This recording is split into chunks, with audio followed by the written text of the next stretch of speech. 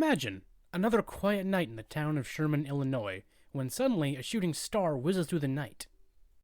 Unbeknownst to everyone, the star is a spaceship which crash lands in the middle of the forest.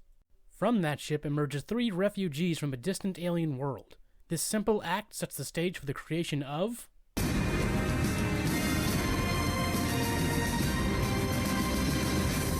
Created in 2011 by Gendy, probably seen every Kurosawa film ever made, Tartakovsky, Sym-bionic Titan is one of those shows you know for very likely one of 3 reasons. 1. You heard his quality action scenes mixed with good characters. 2. Due to not being able to secure a toy line, the show was cancelled and declared a write-off. Or 3. This scene. Shake your bake your booty quick. Run, get caught, and straight to the scene. Oh my god!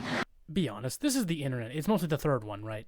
Regardless, after using the opportunity to watch the show in its entirety, if someone asked me if I liked the show, I would respond with a resounding yes! So, without further ado, let's meet the characters. All the way from the planet of Gallo Luna, which kind of looks like if Victorian London had access to laser technology and large CGI robots. There's Lance, the soldier who rivals basically every edgy anime character for sheer I-could-care-less energy, which of course he means he actually cares quite a lot. Why do you think my father chose somebody so... strange? Maybe your father sees something in him that none of us do.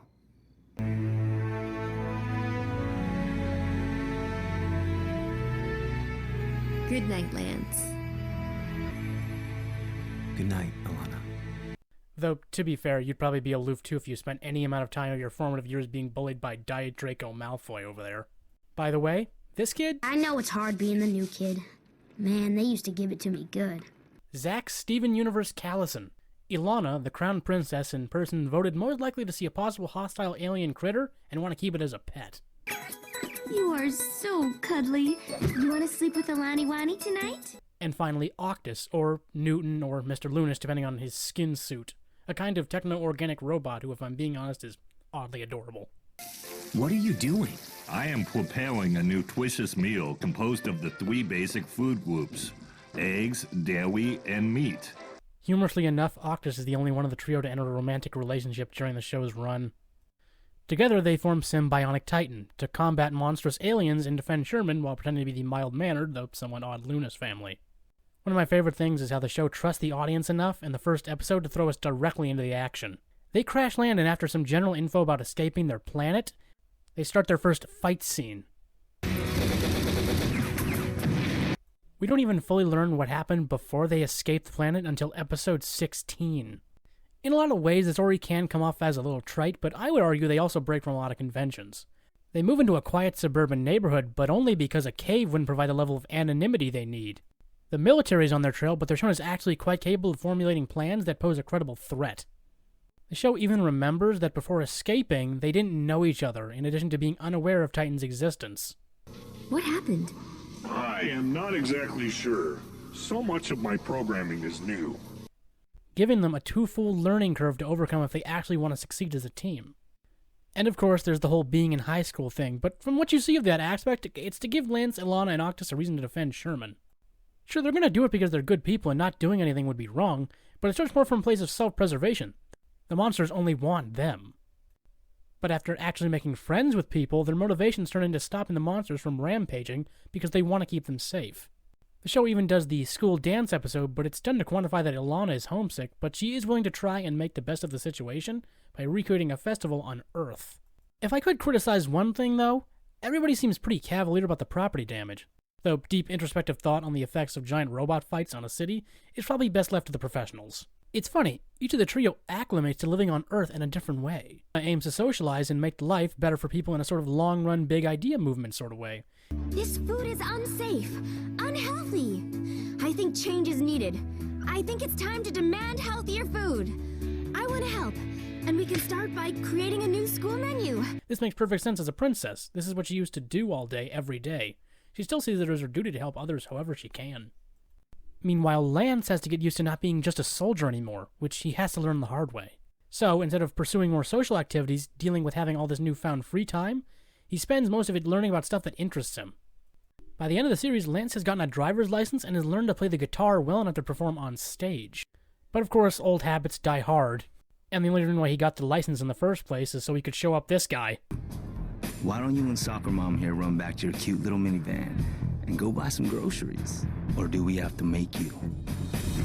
What? Because we all know about the rampant underground street racing in suburban Illinois. Ironically, these actions make him a heck of a lot more popular than Alana, but of course he is. Lance is a tall, physically fit teenage boy. He's basically teenage girl catnip. I don't get it. Dark hair, bedroom eyes, moody demeanor. I totally get it. What? Probably catnip for that guy too.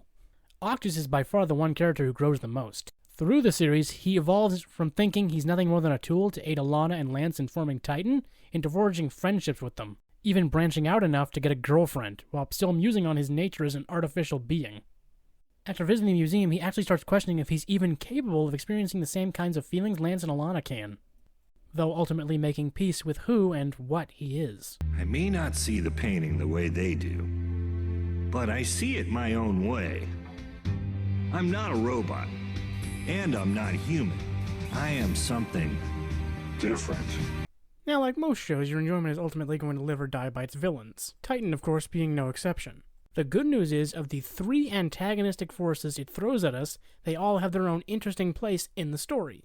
The first and most pressing is the Mutrati, the alien threat led by ex-General Medulla. They're the ones who invaded and also the ones sending out the monsters. They end up sending out a pretty wide variety of monsters, from a giant robot dog, a dream demon, and of course, the sentient fire.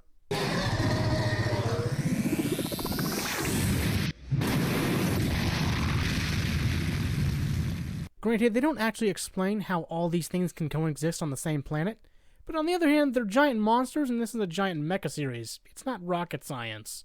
Next is the military led by General Steele, the jarhead with a head shaped like a jar. His platoon spends a fairly healthy amount of time not exactly being a credible threat, albeit one who manages to come up with some honestly not terrible plans. That is, until they start taking notice of all the space debris being left behind, and do what any good American does when they see a new form of technology.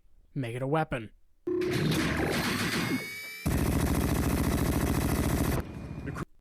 Which leaves us with the last group opposing both the military and Titan, the Galactic Guardian Group, or G3. They're kind of like if the Power Rangers had the power to defend the whole Earth and not just Angel Grove. And instead of a Megazord, they got a Bromdignagian air fortress. Unlike the military, they're frighteningly efficient, and actually managed to hoodwink Lance and Ilana.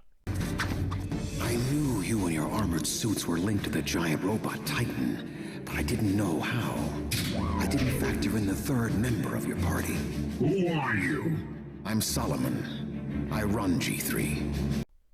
Luckily, the guy calling the shots, Solomon, is also smart enough to recognize a decent amount of evidence that the trio didn't actually mean any harm to Earth, actively helping them when Steele got a little too gung-ho about trying to stop them. Funnily enough, the reason Steele hates Solomon so much is the same reason he hates Titan. He's an attention-seeking blowhard who can't accept anybody stealing his thunder. Though I suppose Steele's jingoistic attitude might also be the culprit. The man probably salutes his toilet for spinning the proper American direction. Sweet land of liberty, king. But enough very affecting commentary on the American military-industrial complex. Let's instead talk about capitalism. Like I said before, one of the primary reasons the show got cancelled is because they couldn't get any merchandise. If that wasn't bad enough, when they got rid of it, Cartoon Network, by sheer serendipity, put the Problem Solvers in its time slot, a show that was knocked off Adult Swim for being too cute. A show with animation that's so physically heinous that this is the only way I can properly express my contempt. Ironically, Adult Swim would later broadcast Titan reruns. Here's what I suspect might have happened. Cartoon Network didn't actually get the show. Gendy has apparently gone on the record as saying that a lot of the people who knew his handiwork during his early career had left or been replaced. Regardless, they greenlit the show, hoping to make a mint off toy sales. When they couldn't get any, though, they recouped their losses. And continued to move forward trying to make live-action shows on a network marketed for animation, that of course till they reread their channel title a year later. I don't even have a joke for that. That's how much I hate that shit. But you know what really gets me about the whole situation? The show doesn't act like it's going to end. They were clearly laying down plans for the future, because of course they were. Gendy and the team had allegedly written 10 more episodes before they got the news. to go into a bit more detail about it, they had plans to have Lance start a relationship with this girl, Kristen, who, and I kid you not, is never named in the series. The only reason I know her name is that it's in the credits. For some reason, Solomon, despite allegedly being from Earth, is versed in combat from Galaluna, in addition to G3 being somehow able to help repair Octus, despite the fact that he's both alien tech and was activated just before they left the planet. And, I mean, the obvious of Medulla clearly having no intention to stop sending monsters. The last episode ends with you assuming there's more to come, only for you to get nothing.